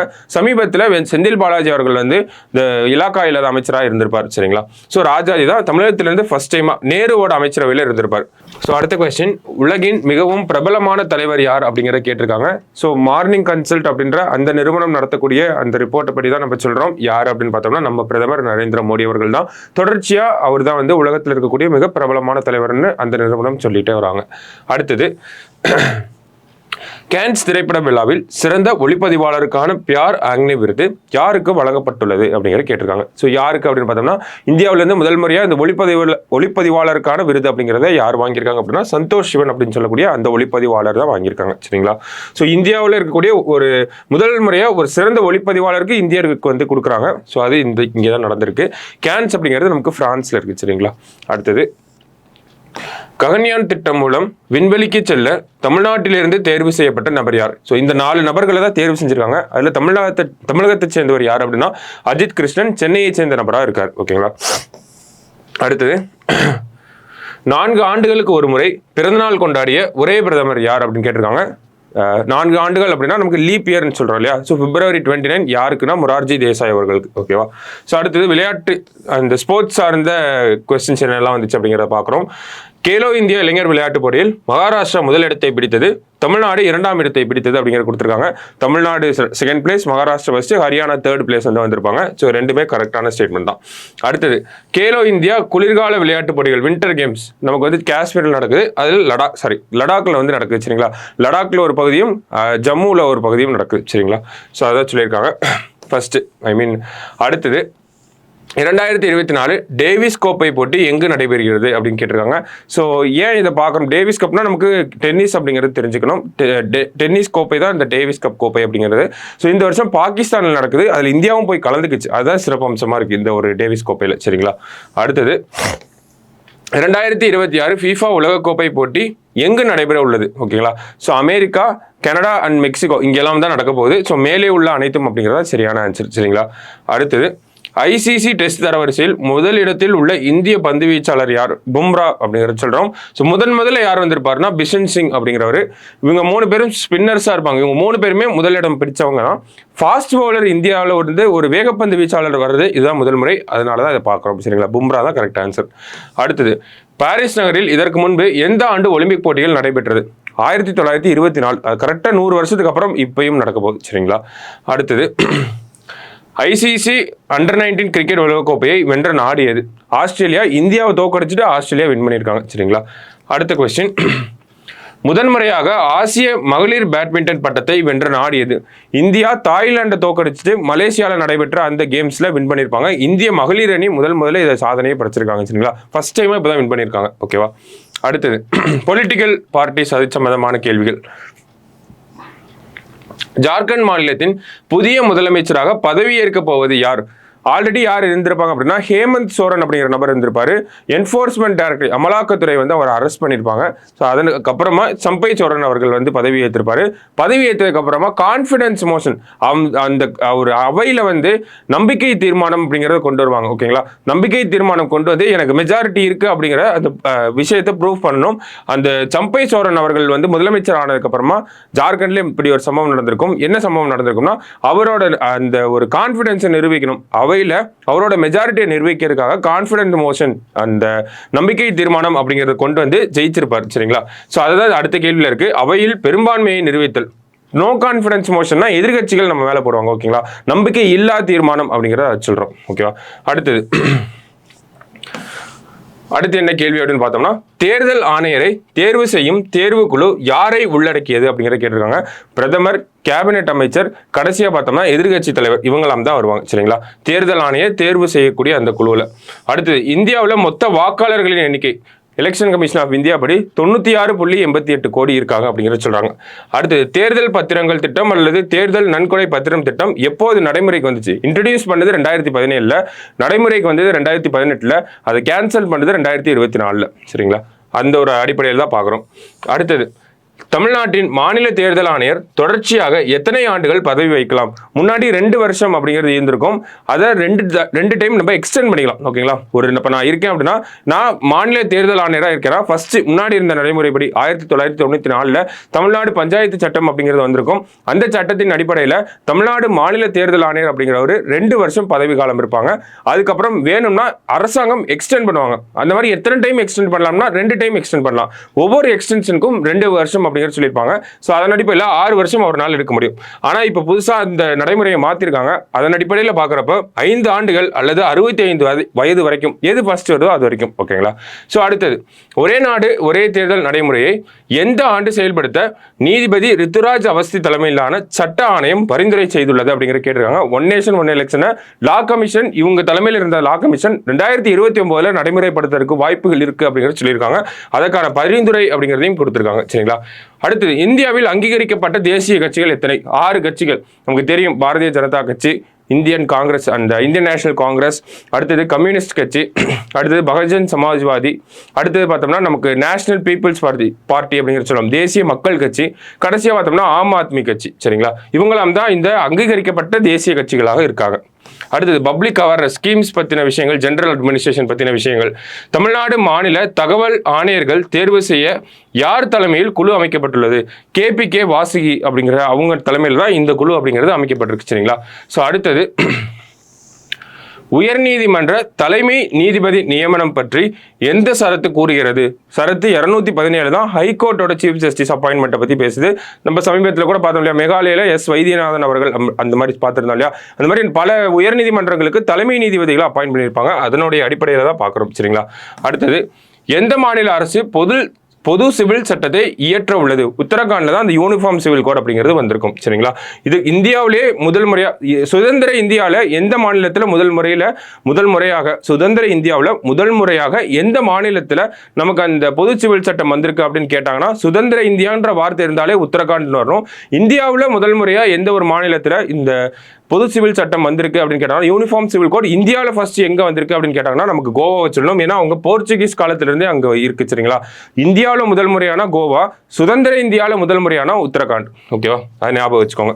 அடுத்தது, உயர்கல்வி மாணவர் சேர்க்கை விகிதத்தில் எத்தனை சதவீதம் பெற்று தமிழகம் முதலிடம் வகிக்கிறது அப்படிங்கிற கேட்குறாங்க. 47%. சமீபத்தில் வந்து அந்த ஒரு ரிப்போர்ட் வந்திருக்கும். அதனுடைய அடிப்படையில் தான் நம்ம சொல்றோம். சரிங்களா, அடுத்தது, இந்தியாவில் பொது சிவில் சட்டம் கொண்டிருந்த முதல் மாநிலம் எது? இந்தியாவில்னு கேட்டிருக்காங்க. அப்போ நமக்கு கோவா தான் கரெக்ட் ஆன்சர். சுதந்திர இந்தியா அப்படின்றத பார்த்துருந்தோம்னா நம்ம உத்தரகாண்ட்ன்றத சொல்லியிருக்கலாம். அதுதான் முன்னாடியே சொன்னோம் நம்ம. ஓகேங்களா, அடுத்தது, கீழமை நீதிமன்றங்கள் இனி எவ்வாறு அழைக்கப்படும் அப்படிங்கிற கேட்டிருக்காங்க. கீழமை நீதிமன்றங்கள்னு சொல்றது தப்பு. லோயர் கோர்ட்ஸ் அப்படிங்கிறத சொல்லக்கூடாது. விசாரணை நீதிமன்றங்கள் தான் சொல்லணும். ட்ரையல் கோர்ட்ஸ் தான் சொல்லணும்னு உச்சநீதிமன்றம் ஒரு ஆணையை பிறப்பிச்சிருக்காங்க. சரிங்களா, ஸோ கீழமை நீதிமன்றங்கள் கிடையாது, விசாரணை நீதிமன்றங்கள். அடுத்தது, தமிழ்நாடு சட்டமன்ற விதி 17 எதனுடன் தொடர்புடையது அப்படிங்கிற கேட்குறாங்க. ஸோ ஆளுநர் அவரோட உரையை ஆற்றுறப்போ இந்த அசம்பிளியில் வந்து அமைதி காக்கணும், ஒழுக்கத்தை கடைபிடிக்கணும் அப்படிங்கிற சொல்லக்கூடிய அந்த விதி தான் இந்த சட்டமன்ற விதிகள் 17 வந்து சொல்லியிருப்பாங்க. ஓகேங்களா? ஸோ இந்த ஆளுநர் உரையை பற்றி நம்ம பார்த்துருந்தோம் இல்லையா, அதன் அடிப்படையில் இந்த ஒரு கேள்வியும் வந்திருக்கும். சரிங்களா? அடுத்தது, தேர்தல் பத்திரங்கள் திட்டம் அரசியலமைப்பின் எந்த விதியை மீறியது அப்படிங்கிற கேட்டிருக்காங்க. ஸோ சுப்ரீம் கோர்ட் இந்த ஜட்ஜ்மெண்ட் கொடுக்குறப்போ எலக்ட்ரல் பாண்ட் சிஸ்டம் அப்படிங்கிறது, அந்த ஸ்கீம் அப்படிங்கிறது அன்கான்ஸ்டிடியூஷனல், அரசியலமைப்புக்கு எதிராக இருக்கு அப்படிங்கிற சொல்லியிருப்பாங்க. அது எதன் அடிப்படையில் சொல்லியிருப்பாங்கன்னா, ஆர்டிகல் 19 சப்கிளாஸ் 1 சப்கிளாஸ் ஏ, ஆர்டிகல் 19(1) ஏவை இந்த எலக்ட்ரல் பாண்ட் ஸ்கீம், இந்த தேர்தல் பத்திரங்கள் திட்டம் மீறுற மாதிரி இருக்கு, அதனால நாங்கள் இதை அரசியலமைப்புக்கு எதிரானது அப்படிங்கிற சொல்றோம் சொல்லி அந்த திட்டத்தையே ரத்து பண்ணியிருப்பாங்க. சரிங்களா? அடுத்தது, புதிய குற்றவியல் சட்டம் எப்போது நடைமுறைக்கு வரவுள்ளது? ஜூலை 1 அப்படிங்கிற சொல்றாங்க. புதிய குற்றவியல் சட்டங்கள்னு பார்த்தோம்னா பாரதிய நியாய சன்ஹிதா அப்படிங்கிற சொல்றோம், பாரதிய நாகரிக் சுரக்ஷா சன்ஹிதா அப்படிங்கிற சொல்றோம், அடுத்தது பாரதிய சாட்சி அதிநியம் அப்படிங்கிற சொல்றோம். அந்த சட்டங்கள் ஜூலை 1ஆம் தேதி முதல் அமலுக்கு வரும் அப்படிங்கிறதையும் சொல்லியிருக்காங்க. சரிங்களா? அடுத்தது, ஸ்கீம்ஸ் பத்தின விஷயங்கள். கலைஞர் விளையாட்டு சாதனங்கள் திட்டம் எந்த மாவட்டத்தில் தொடங்கப்படும் அப்படிங்கிற கேட்டிருக்காங்க. திருச்சி மாவட்டத்தில் தான். ஒரு இந்தியா தமிழ்நாட்டில் இருக்கக்கூடிய இந்த வில்லேஜ் பஞ்சாயத்துக்கு எல்லாமே இந்த விளையாட்டு உபகரணங்கள் கொடுக்கக்கூடியதா இந்த ஒரு திட்டமா இருக்கு. சரிங்களா? அடுத்தது, பெண்களுக்கான HPV தடுப்பூசி எந்த வயதுக்குட்பட்டவர்களுக்கு வழங்கப்படுகிறது? முன்னாடியே பார்த்துருந்தோம் இல்லையா, இந்த செர்வாவேக் அப்படிங்கிற வேக்சினை 9 to 14 வயசு இருக்கக்கூடிய சிறுமிகளுக்கு தான் கொடுக்கணும் அப்படின்னு சொல்லி அந்த ஒரு அடிப்படையில் இந்த ஒரு கேள்வியை பார்க்குறோம். சரிங்களா? அடுத்தது, பட்ஜெட்ல சொல்லப்பட்ட தாய் மாணவர் திட்டம் எதனுடன் தொடர்புடையது அப்படின்னு கேட்டிருக்காங்க. இந்த வறுமை கோட்டுக்கு கீழே இருக்கக்கூடியவங்களை அவங்களை வந்து டெவலப் பண்ணும் அப்படிங்கிற திட்டம் தான் வறுமை கோட்டுக்கு கீழ் உள்ளவர்களை மீட்டெடுக்கும் திட்டம் அப்படிங்கிறது தான் தாய் மாணவர் திட்டம் அப்படிங்கிறத சொல்றாங்க. ஓகேங்களா? அடுத்தது, நம்ம தமிழ்நாடு விவசாய பட்ஜெட்ல வந்த விஷயம், பின்வரும் இணைகளில் எத்தனை சரியானவை, எவ்வளவு ஸ்டேட்மெண்ட்ஸ் வந்து கரெக்ட், இந்த எவ்வளவு பேர்ஸ் வந்து கரெக்ட் அப்படிங்கிற கேட்டிருக்காங்க. சூரிய தோட்டம் கன்னியாகுமரியில் வரப்போகுது. கன்னியாகுமரியில் வேற என்ன வரப்போகுது அப்படின்னு பார்த்தோம்னா, நமக்கு அந்த ஒரு ஹனி ப்ரொடக்ஷன் ஹப், அந்த தேன் ப்ரொடியூஸ் பண்ணுறாங்களே அதுக்கான ஹப்பாவும் கன்னியாகுமரி தான் இருக்க போகுது. மருதம் பூங்கா தஞ்சாவூரில் இருக்க போகுது. அதே மாதிரி முல்லை பூங்காவும் நமக்கு கன்னியாகுமரியில் தான் வரப்போகுது. சரிங்களா? சூரிய தோட்டம், முல்லை பூங்கா, அதுக்கப்புறமா இந்த தேன் ப்ரொடியூஸ் பண்ணுறதுக்கான ஒரு ஹப் அப்படிங்கிறது எல்லாமே கன்னியாகுமரியில். மருதம் பூங்கா தஞ்சாவூரில். பலாப்பழம் மதிப்பு கூட்டல் மையம், அதாவது வேல்யூ அடிஷன் சென்டர் அப்படிங்கிற சொல்கிறாங்க, கடலூரில் இருக்கக்கூடிய பண்ருட்டி பகுதியில் வரப்போகுது. சரிங்களா? 3மே சரியான இணையாக தான் இருக்குது. 3 சரியான இணைகள். எத்தனை இணைகள் சரியானவை அப்படிங்கிறது கேட்டிருக்காங்க. 3 சரியாக இருக்கனால 3 அப்படிங்கிற ஆன்சரை கொடுக்குறோம். ஓகேவா? அடுத்தது, அம்ரித் பாரத் திட்டத்தின் கீழ் எத்தனை ரயில் நிலையங்கள் தமிழகத்தில் நவீனமயமாக்கப்பட உள்ளன அப்படிங்கிற கேட்டிருக்காங்க. தமிழகம் முழுவதும் 34 ரயில் நிலையங்கள், இந்தியா முழுவதும் 554 ரயில் நிலையங்கள் அப்படிங்கிறத பிரதமர் சொல்லியிருப்பார். சரிங்களா? அடுத்தது, ஜியோகிராஃபி சார்ந்த கேள்விகள். பாபெல் மாண்டப் ஜலசந்தி எதனை இணைக்கிறது அப்படிங்கிற கேட்டிருக்காங்க. செங்கடலையும் அந்த கல்ஃப் ஆஃப் ஏடன் வளைகுடா அப்படிங்கிறத சொல்லுவோம், அதை ரெண்டையும் கனெக்ட் பண்ணக்கூடிய விஷயம் தான் நமக்கு இந்த பாபெல் மாண்டப் ஜலசந்தி அப்படிங்கிறத சொல்றோம். ஓகேங்களா? ஸோ அடுத்தது, சூயஸ் கேனால் எதை கனெக்ட் பண்ணுது அப்படிங்கிற கேட்டிருக்காங்க. மெடிட்டரேனியன் ரெட் சீயும் தான் கனெக்ட் பண்ணுது. சரிங்களா? ஸோ இதை நம்ம பார்த்தோம்னா இந்த விஷயங்கள்லாம் மேப் நமக்கு கொஸ்டின் அட்டன் பண்ணுறப்ப ஞாபகம் வரணும். ஓகேங்களா? இதுதான் இஸ்ரேல். இந்த இடத்துல வந்து ஈஜிப்த் அப்படிங்கிற நாடு இருக்கு. ஸோ இங்கே வந்து சில நாடுகள் இருப்பாங்க. இங்கே வந்து சொமாலியா இருப்பாங்க. இந்த சைடு பார்த்தோம்னா ஜார்டன், இங்கே ஏமன் அப்படிங்கிற நாடெல்லாம் இருப்பாங்க. சரிங்களா? ஸோ நமக்கு இந்த பகுதி தான் வந்து சூயஸ் கால்வாய் அப்படிங்கிறத சொல்கிறோம். ஓகேங்களா? Suez canal. இந்த இடத்துல மெடிட்டரேனியன் சி, இந்த இடத்துல இது ஃபுல்லாகவே வந்து நமக்கு ரெட் சி. ஓகேங்களா? இதுதான் நமக்கு ரெட் சி. ஸோ சூயஸ் கால்வாய் அப்படிங்கிறது மெடிட்டரேனியன் சீயும் ரெட் சீயும் கனெக்ட் பண்ணக்கூடியது. இந்த இடத்துல பாபெல் மாண்டப் ஜலசந்தி அப்படிங்கிறது இருக்கும். இது ரெட் சீயும் இங்க இருக்கக்கூடிய கல்ஃப் ஆஃப் ஏடனையும் கனெக்ட் பண்ணக்கூடிய ஒரு விஷயமா இருக்கும். சரிங்களா? ஸோ இந்த கேள்விகளுக்கெல்லாம் மேப் நல்லா ஞாபகம் வச்சுக்கோங்க. மேப் நல்லா ஞாபகம் இருந்தால் தான் நமக்கு எக்ஸாம்ல ஈஸியா இருக்கும். சரிங்களா? ஸோ அடுத்த கேள்வி, மேகதாட்டு அணை எந்த ஆற்றின் குறுக்கே கட்டப்படும்? காவேரி ஆற்றுக்கு குறுக்கே கட்டப்படக்கூடிய அணை தான் இந்த மேகதாட்டு அணை. கர்நாடகம் கட்ட போறாங்க. அதுக்கு தமிழகம், புதுச்சேரி மற்றும் கேரளாலாம் எதிர்ப்பு தெரிவிச்சிட்டு இருக்காங்க. ஓகேங்களா? அடுத்தது, கிரு நீர்மின் நிலையம் எந்த நதியின் மீது கட்டப்பட்டுள்ளது அப்படிங்கிறத கேட்டிருக்காங்க. செனாப் நதியின் மேலே தான் கட்டப்பட்டிருக்கு. சரிங்களா? அடுத்தது, இந்தியாவின் மிக நீளமான கேபிள் பாலம் எவ்வாறு பெயரிடப்பட்டுள்ளது அப்படிங்கிறத கேட்டிருக்காங்க. ஸோ முன்னாடி இந்த பாலத்துக்கு பேர் சிக்னேச்சர் பிரிட்ஜ் அப்படிங்கிறத சொல்லுவாங்க. இப்போ இதுக்கு சுதர்சன் சேது அப்படின்னு சொல்லி பிரதமர் இனாகிரேட் பண்ணி வச்சிருப்பாரு. குஜராத்தையும் அங்கே இருக்கக்கூடிய அங்கே இந்த துவாரகா ஐலாண்ட் தீவுகளையும் கனெக்ட் பண்ணக்கூடியதான் இந்த சுதர்சன் சேது அப்படிங்கிற இந்த பிரிட்ஜா இருக்கு. சரிங்களா?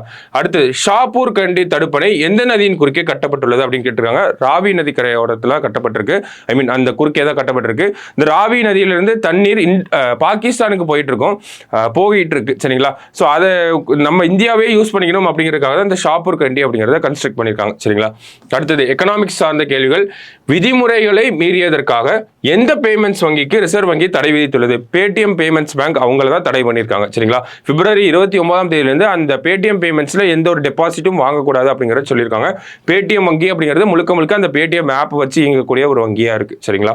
அடுத்தது 2023-24 நிதியாண்டில் பிஎஃப் வட்டி விகிதம் என்ன அப்படிங்கிற கேட்டிருக்காங்க. 8.25 ஓகேங்களா. முன்னாடி குறைச்சிருப்பாங்க கொரோனா காலகட்டத்துக்கு அப்புறமா கொஞ்சமா தான் இன்க்ரீஸ் பண்ணிட்டு இருக்காங்க.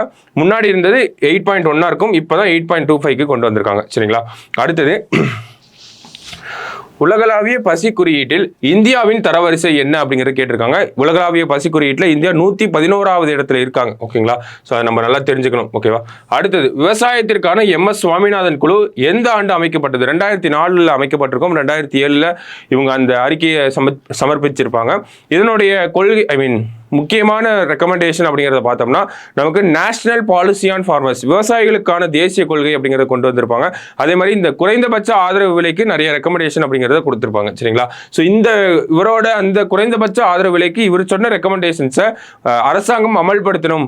குறிப்பா இந்த குறைந்தபட்ச ஆதரவு விலை அப்படிங்கிறத சட்டப்பூர்வமாக மாற்றணும், அதுக்கான ஒரு சட்டம் கொண்டு வரணும் அப்படிங்கிறதுக்காக தான் விவசாயிகள் இப்போ போராட்டம் பண்ணிட்டு இருக்காங்க சரிங்களா. அடுத்தது பிளேசஸ் ஆஃப் வேர்ல்டு எக்கானமிஸ் அப்படிங்கிறது கேட்டிருக்காங்க. சமீபத்தில் ஜப்பான்ல ஒரு பெரிய பொருளாதார தேக்கம் ஏற்பட்டனால இந்த உலக தரவரிசையில சில மாற்றங்கள் ஏற்பட்டிருக்கு. முதல் இடத்துல அமெரிக்காவும், 2வது இடத்துல சைனாவும், 3வது இடத்துல ஜெர்மனியும், 4வது இடத்துல ஜப்பானும், 5வது இடத்துல இந்தியாவும் இருக்காங்க. முன்னாடி 3வது இடத்துல ஜப்பான் இருந்திருப்பாங்க, 4வது இடத்துல ஜெர்மனி இருந்திருப்பாங்க. 3rd பிளேஸும் 4th பிளேஸும் மாறி இருக்கும். அதான் இந்த இடத்துல கொடுத்துருக்காங்க. ஸோ எல்லாமே கரெக்டா இருக்கு. ஸோ அனைத்தும் சரி அப்படிங்கிறதா கரெக்ட் ஆன்சர் சரிங்களா. அடுத்தது விண்வெளித்துறையில் எத்தனை சதவீதம் அந்நிய நேரடி முதலீடு அனுமதிக்கப்படுகிறது அப்படின்னு கேட்டிருக்காங்க. சமீபத்தில் நடந்த இந்த அமைச்சரவை கூட்டத்தில் ஒப்புதல் தெரிவிச்சிருப்பாங்க. எதுக்காக அப்படின்னா 100% அந்த அந்நிய நேரடி முதலீடு இருக்கலாம் அப்படிங்கிறதுக்கு. எங்கன்னா விண்வெளித்துறையில். அடுத்தது குடும்ப நுகர்வோர் செலவின ஆய்வு குறித்து அந்த house hold consumption expenditure survey அதை சார்ந்த ஒரு கேள்வியா இருக்கு. என்ன அப்படின்னு பார்த்தோம்னா கிராமப்புறங்களில் அதிக செலவு செய்யும் மாநிலம் சிக்கிம் அப்படிங்கிறத சொல்றாங்க. அடுத்தது நகர்ப்புறங்களில் அதிக செலவு செய்யும் மாநிலம் சண்டிகர் அப்படிங்கிறத சொல்லியிருக்காங்க ஓகேங்களா. ஸோ ரெண்டுமே கரெக்டான ஸ்டேட்மெண்ட் தான். இந்த குடும்ப நுகர்வோர் செலவின ஆய்வு அப்படிங்கிறது பார்த்தோம்னா நமக்கு 5 வருஷத்துக்கு ஒரு தடவை எடுப்பாங்க. ஸோ சமீபத்தில் 2022-23 எடுக்கப்பட்ட அந்த முடிவுகள் அப்படிங்கிறது வெளியாகிருக்கும். அதன் அடிப்படையில் ஒரு குடும்பம் ஒரு மாசத்துல சராசரியா எவ்வளவு செலவு பண்றாங்க அப்படிங்கறதா அந்த ஒரு டேட்டாவா இருக்கும். அதன் அடிப்படையில் கிராமப்புறங்கள் நகர்ப்புறங்கள் அப்படின்னு சொல்லி 2ஆ பிரிச்சிருப்பாங்க. மாநிலங்கள் வாரியாகவும் பிரிச்சிருப்பாங்க. ஸோ அதுல நமக்கு கிராமப்புறங்கள்ல அதிக செலவு செய்யக்கூடிய மாநிலமா சிக்கிமும், நகர்ப்புறங்கள்ல பார்த்தோம்னா சண்டிகருக்கும் இருக்காங்க. ரெண்டுத்திலையுமே கிராமப்புறங்கள் மற்றும் நகர்ப்புறங்கள்ல குறைந்து செலவு செய்யக்கூடிய மாநிலமா சத்தீஸ்கர் இருக்காங்க சரிங்களா. ஸோ அந்த தரவுகள்லாம் நம்ம பார்க்குறோம். டிஎன்ஏலையும் இதை பத்தி நிறைய அனலைஸ் பண்ணிருப்போம். ஸோ அதையும் எடுத்து பாருங்க. ஸோ இந்த கேள்விக்கு சரியான விடை 2ம் சரி அப்படிங்கிறதா ஓகேவா. அது சயின்ஸ் அண்ட் டெக்னாலஜி ரிலேட்டடா. ரயில் மோதி யானை உயிரிழப்பதை தடுக்க நாட்டிலே முதல் முறையாக செயற்கை நுண்ணறிவு பொருத்திய கண்காணிப்பு அமைப்பு எங்கு அமைக்கப்பட்டுள்ளது அப்படிங்கிறது கேட்டிருக்காங்க. ஸோ ஆர்டிஃபிஷியல் இன்டெலிஜென்ஸ் யூஸ் பண்ணி இந்த ட்ரெயின்ஸ் இலிஃபேண்ட்டை இடிக்காம இருக்கிறதுக்காக ஒரு விஷயம் பண்ணியிருக்காங்க. தமிழக அரசாங்கம் தான் பண்ணியிருக்காங்க. எங்கன்னா கோவையில் பண்ணியிருக்காங்க. அதே மாதிரி அங்கே நிறைய சிசிடிவி கேமராக்கள் பொருத்தப்பட்டிருக்கும். அதன் அடிப்படையில் ஏஐ டெக்னாலஜி யூஸ் பண்ணி ஏதாவது ஒரு எலிஃபேண்ட் ரயில்வே கிராசிங் கிட்ட வந்துச்சு அப்படின்னா, இந்த தண்டவாளங்கள் கிட்ட வந்துச்சு அப்படின்னா அதனுடைய இன்டிமேஷன் டைரக்டா கண்ட்ரோல் ரூம் வரும். கண்ட்ரோல் ரூம்ல இருந்து டைரக்டா அந்த லோக்கோ பைலட்ஸ் கூப்பிட்டு சொல்லிடுவாங்க சரிங்களா. அதுதான் இந்த விஷயம். அடுத்தது இந்தியாவோட இந்த இன்சாட் வகை சேட்டலைட்டை பற்றி கொடுத்துருக்காங்க. இந்த இன்சாட் வகை சேட்டலைட்னாலே நமக்கு வெதர் மானிட்டரிங் அப்படிங்கிறது தெரியணும் சரிங்களா. ஸோ இன்சாட் 3D 2013 வந்திருக்கும். 3DR 6 2016 ஓகேங்களா. 6 முடியும் ஓகேவா. 3DS சமீபத்தில் லான்ச் பண்ணியிருப்போம் 2024 பிப்ரவரி 17 GSLV F14 இருந்து ராக்கெட் அந்த லான்ச்சை பண்ணியிருப்போம். ஸோ அனைத்தும் சரியாக தான் இருக்கு சரிங்களா. இந்த இயர் ஞாபகம் வச்சுக்கோங்க. 3Dனா 13, 3DR 6 முடிஞ்சா 6 2016, 3DS பிப்ரவரி 17 2024 ஓகேவா. அடுத்தது ஆதித்யா L1 எந்த பேலோட் சூரியனின் கரோனல் வெளியேற்றங்களில் சூரிய காற்றின் தாக்கத்தை கண்டறியும் அப்படிங்கிற கேட்டிருக்காங்க. இந்த பாப்பா அப்படிங்கிற பேலோட் ஓகேங்களா. இந்த பாப்பா அப்படிங்கிற பேலோட் என்ன பண்ணும் அப்படின்னா நமக்கு கொரோனல் மாஸ் எஜெக்ஷன்ஸை பற்றி படிக்கும். ஓகேங்களா, இந்த கொரோனல் மாஸ் எஜெக்ஷன் அப்படின்னா நமக்கு இந்த சூரியனோட வெளிப்புறத்திலிருந்து நிறைய விஷயங்கள் வெளியேறும். சரிங்களா, வெளிப்பாடுகள் நிறைய இருக்கும்.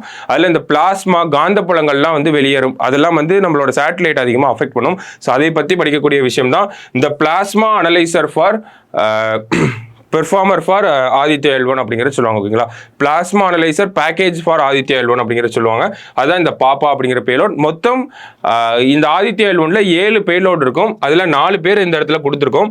இன்னும் 3 என்னென்ன அப்படின்னு பார்த்தோம்னா, ஒன்று மேக் அப்படிங்கிற ஒரு விஷயம், அது ஒரு பேலோடாக இருக்கும். அடுத்தது பார்த்தோம்னா வெல்க் அப்படிங்கிற ஒரு பேலோட் இருக்கும். அடுத்தது சூட் அப்படிங்கிற ஒரு பேலோட் இருக்கும். ஓகேங்களா, ஸோ இதை வந்து ஞாபகம் வச்சுக்கிறது கொஞ்சம் முக்கியமாக தான் இருக்குது. ஏன்னா பேலோட பற்றி கொடுத்து கன்ஃபியூஸ் பண்ணுறதுக்கு வாய்ப்புகள் இருக்குது. ஏன்னா ரீசெண்டாக கூட எக்ஸ்போசேட் அப்படிங்கிறது ஒன்று அமைச்சிருந்தோம். ஓகேங்களா, எக்ஸ்போசேட்டில் என்ன பேலோட்லாம் இருந்திருக்கும்னா, நமக்கு வந்து போலிக்ஸ் அண்டு எக்ஸ்பெக்ட் அப்படிங்கிற 2 பேலோடு வந்து இருந்திருக்கும். போலிக்ஸ் அப்படிங்கிற பேலோடும் எக்ஸ்பெக்ட் அப்படிங்கிற 2 பேலோடும் இருந்திருக்கும். ஓகேங்களா, ஸோ இதை கொடுத்து எந்த பேலோடு எந்த ஒரு அந்த ஒரு லான்ச்சை சேர்ந்தது அப்படிங்கிறது கூட கேட்கறதுக்கு வாய்ப்புகள் இருக்கு. ஸோ பேலோட்ஸை நல்லா படிச்சு வச்சுக்கோங்க. சரிங்களா, அடுத்தது நிலவில் வெற்றிகரமாக கால் பதித்த அமெரிக்க விண்கலத்தின் பெயர் என்ன அப்படிங்கிற கேட்டிருக்காங்க. ஒடிசியஸ் அப்படிங்கிற இந்த விண்கலம் இன்டியூட்டிவ் மெஷின்ஸ் அப்படின்னு சொல்லக்கூடிய அவங்களோட அந்த ஒரு தனியார் நிறுவனத்தை சேர்ந்தது. ஓகேங்களா, இன்டியூட்டிவ் மெஷின்ஸ் அப்படிங்கிறது சொல்றோம். ஓகேங்களா, அதாவது ஃபர்ஸ்ட் கமர்ஷியல் லான்ச்சாகவும் இருந்திருக்கும் இன்டியூட்டிவ் மெஷின்ஸ் அப்படிங்கிறது. ஸோ ஒரு தனியார் நிறுவனம் நிலவில் போய் தர இறங்கினதும் இதுதான் முதல் முறையாக இருக்குது. அதனுடைய விண்கலத்தின் பேர், அந்த லேண்டரோட பேர் தான் ஒடிசியஸ் அப்படிங்கிறத சொல்கிறோம். ஓகேங்களா, அடுத்தது India aspires to have its own space station அப்படின்னு கேட்டிருக்காங்க. எந்த ஆண்டுக்குள் இந்தியா தனது சொந்த விண்வெளி நிலையத்தை உருவாக்க விரும்புகிறது அப்படிங்கிற கேட்டிருக்காங்க. சொந்த விண்வெளி தரம் ஸ்பேஸ் ஸ்டேஷன் அப்படின்னா 2035 நிலவுக்கு மனிதர்கள் அனுப்பக்கூடிய அந்த திட்டத்துக்கான அந்த எய்ம் அப்படிங்கிறது, அந்த டார்கெட் அப்படிங்கிறது 2040 நம்ம பிரதமர் சொல்லியிருக்காரு. சரிங்களா, அடுத்தது குலசையில் இருந்து முதன் முதலாக ஏவப்படும் ராக்கெட் என்ன அப்படிங்கிற கேட்டிருக்காங்க. ரோகிணி, RH-200 ரோகிணி அப்படிங்கிறத சொல்றோம். ஓகேங்களா, RH-200 ரோகிணிங்கிற இந்த சேட்டலைட் தான் நம்ம முதலாக குலசையிலிருந்து லான்ச் பண்ணியிருக்கோம். ஓகேவா, ஸோ அடுத்தது இந்தியாவின் முதல் உள்நாட்டு பசுமை ஹைட்ரஜன் எரிபொருள் செல் படகு எங்கு கட்டப்பட்டது? அந்த பசுமை ஹைட்ரஜனை யூஸ் பண்ணி ஒரு கப்பல் வந்து கட்டியிருக்காங்க. யார் கட்டியிருக்காங்க அப்படின்னா கொச்சின்ல இருக்கக்கூடிய அந்த கப்பல் கட்டுதலம், கொச்சின் ஷிப்யார்ட் அப்படிங்கிறத சொல்றோம், அவங்க தான் பண்ணியிருக்காங்க. சரிங்களா, ஸோ இது வந்து நமக்கு கிரீன் எனர்ஜி சார்ந்து, என்விரான்மெண்ட் சார்ந்து ஒரு முக்கியமான கேள்வியாக இருக்கு. ஸோ அடுத்தது பார்த்தோம்னா ப்ராமினன்ட் பர்சனாலிட்டிஸ் கடைசி கேள்வியாக இருக்கு. கர்பூரி தாக்கூர் அப்படிங்கிறவங்க அந்த மேட்ச் வந்து கொடுத்துருக்காங்க. கர்பூரி தாக்கூர் எந்த மாநிலத்தை சேர்ந்தவர்னா பீகாரை சேர்ந்தவர். பீகாரோட முன்னாள் முதலமைச்சராகவும் இருந்திருப்பார். சரிங்களா, அடுத்தது சரண் சிங் அப்படிங்கிறவங்கள கொடுத்துருக்காங்க. சரண் சிங் எந்த மாநிலம் அப்படின்னு பார்த்தோம்னா நமக்கு உத்தரப்பிரதேசத்தை சேர்ந்தவராக இருப்பார். அடுத்தது PV நரசிம்ம ராவ் அப்படின்னு பார்த்தோம்னா நமக்கு தெலுங்கானாவை சேர்ந்தவர். MS சுவாமிநாதன் அப்படிங்கிறவங்க பார்த்தோம்னா நமக்கு தமிழ்நாடு, இது தெரியும் நமக்கு. சரிங்களா, ஸோ கர்பூரி தாக்கூர் பீகார் ஃபர்ஸ்ட் ஒனுக்கு 4 வரும். அடுத்தது பார்த்தோம்னா சரண் சிங் உத்தரப்பிரதேஷ் 4-1, PV நரசிம்ம ராவ் தெலுங்கானா 4-1-2, MS சுவாமிநாதன் தமிழ்நாடு 3. ஓகேங்களா, 4-1-2-3 அப்படிங்கிறதா சரியான ஆன்சர். ஸோ இது எதன் அடிப்படையில் கேட்டிருக்கோம்னா, இந்தியாவில் 5 பேருக்கு இந்த வருஷம் பாரத ரத்னா விருது அப்படிங்கிறத கொடுத்துருப்பாங்க.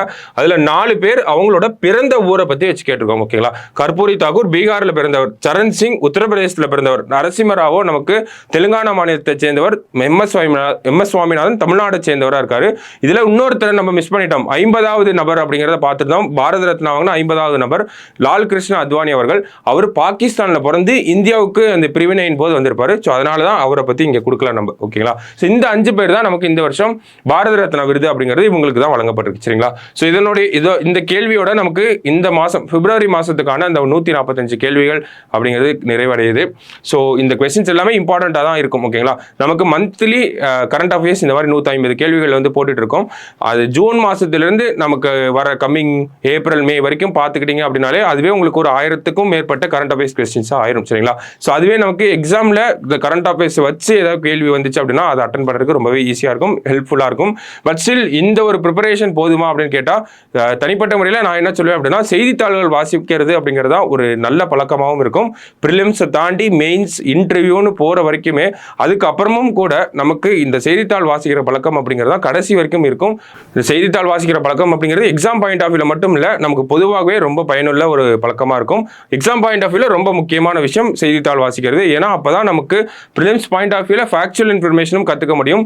மெயின்ஸ் பாயிண்ட் ஆஃப் வியூவில் எப்படி அனலைஸ் பண்ணணும் அப்படிங்கிறதும் தெரியும். மெயின்ஸில் உட்காந்து நம்ம எழுத ஆரம்பிக்கிறப்போ நமக்கு மனப்பாடம் பண்ண விஷயங்களோட நம்ம புரிஞ்சுக்கிட்ட விஷயங்கள் தான் ஆன்சர் ஃப்ளோவாக வந்துக்கிட்டே இருக்கும். அந்த ஃப்ளோவாக எழுதுறதுக்கு நம்ம புரிஞ்சுக்கிட்ட விஷயங்கள் தான் அதிகமாக தேவைப்படும். இப்போ கரண்ட் அஃபேர்ஸ் சார்ந்த கேள்விகள் மெயின்ஸில் நிறைய டாமினேட் பண்ண ஆரம்பிச்சிருக்கு. ஸோ ஒரு நியூஸ் பேப்பர் ரீடிங் அப்படிங்கிற ஸ்கில்லையும் டெவலப் பண்ணிக்கோங்க. இந்த வீடியோஸையும் பார்த்துக்கோங்க. ப்ரிலிம்ஸ் பாயிண்ட் ஆஃப் வியூவில் இதுவே போதும் நமக்கு. சரிங்களா? ஸோ நெக்ஸ்ட் மந்த்துக்கு இன்னொரு 150 கொஸ்டின்ஸோட மீட் பண்ணலாம். தேங்க்யூ.